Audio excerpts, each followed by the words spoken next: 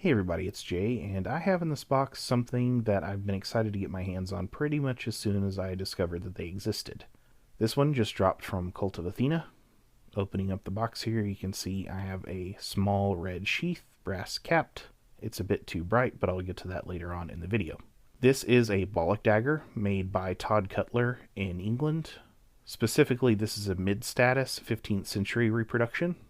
Tod Cutler seems to have a pretty good reputation online, and based on their videos and what I've seen on their website, they have quite a bit of attention to detail and thought put into their historical reproductions. Now, the steel on this is made from EN45 and is really common on lower priced historical reproductions. It's not the best steel out there, but it is high carbon. The edge comes in unsharpened. I had mine sharpened using Cult of Athena's sharpening service, which is around $15 for a knife of this size.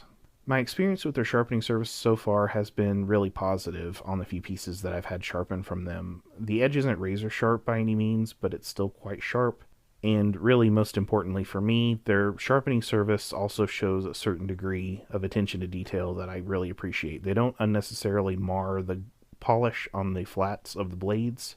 There's not really any scratches or anything to speak of. Much to my surprise, with a little bit of digging, the Bollock Dagger was extremely ubiquitous in most of Europe starting in the 13th century and actually had variations made all the way through the 18th century.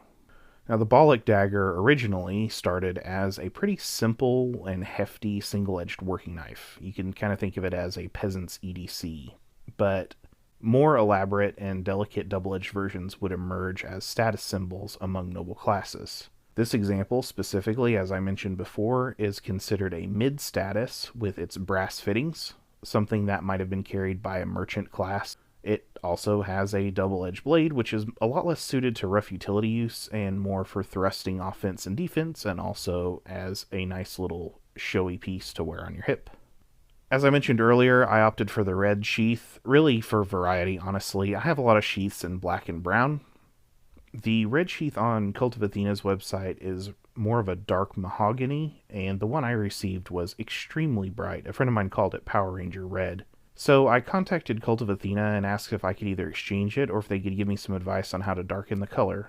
And to their credit, less than 24 hours later, they gave me both options. They said I could either pay the shipping to have it returned and they would exchange it out for another color, but they also gave me pretty detailed instructions on how to re-dye the leather. Thankfully, I had some neat's foot oil handy and rubbed it in 2 coats of oil, which ended up darkening up the sheath considerably, and overall I'm pretty happy with the end result.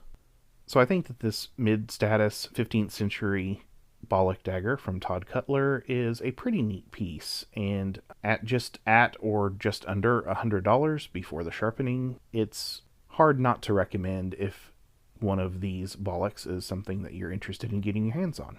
If you like this video, please click like, be sure to subscribe to us if you haven't already, and be sure to check out the link to our Patreon page if you're interested in helping support us. This is Jay, and I'll see you again soon next time.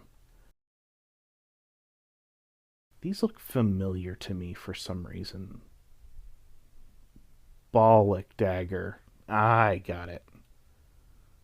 Oh no, my phrasing!